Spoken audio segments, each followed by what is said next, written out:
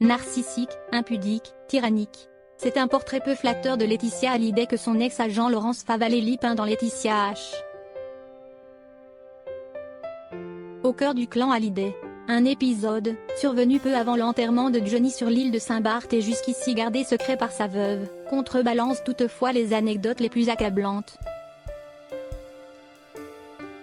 C'est probablement la dernière fois où Laetitia Hallyday s'est retrouvée seule avec Johnny. Le 5 décembre 2017, jour de la mort du rocker, leur maison de Marne-la-Coquette était pleine d'invités, bientôt conviés à se recueillir devant sa dépouille. 4 jours plus tard, l'hommage à la Madeleine fut une grande messe du showbiz peu appréciée par certains. Le 11 décembre, son enterrement au cimetière de Lorient, sur l'île de Saint-Barth, brassait encore diverses personnalités s'appréciant plus ou moins. Depuis, Laetitia se recueille devant sa tombe, en compagnie de ses filles, d'amis et de fans, selon des rites bien rodés. Ce fut encore le cas ce vendredi 6 décembre 2019.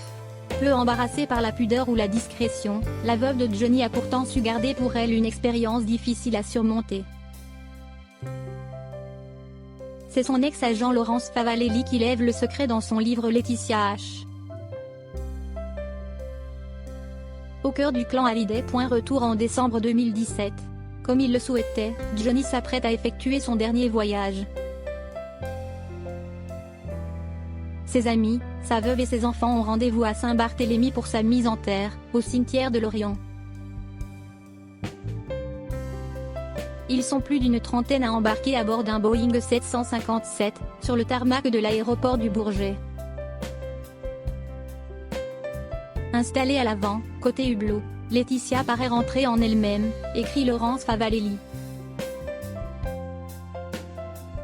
Amaigrie, recroquevillée sur son siège, alors que le cercueil est dans la soute, elle inspire la pitié ce 10 décembre, un rien pourrait la faire vaciller. Un officiel explique à Sébastien que Laetitia va devoir voyager seule avec Johnny. L'avion décolle pour Saint-Martin. Le voyage est interminable.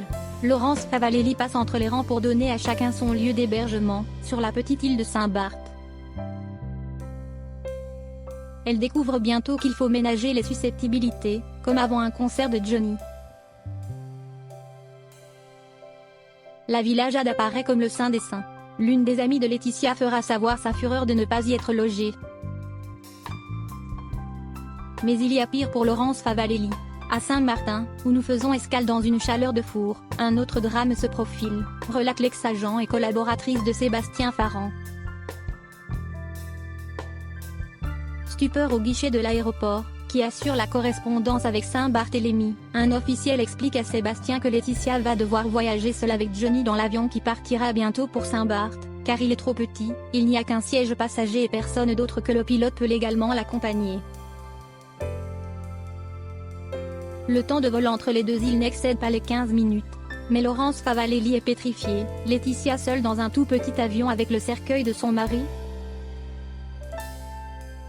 Pour l'ex-agent, cela semblait imaginable. La veuve de Johnny l'a pourtant fait.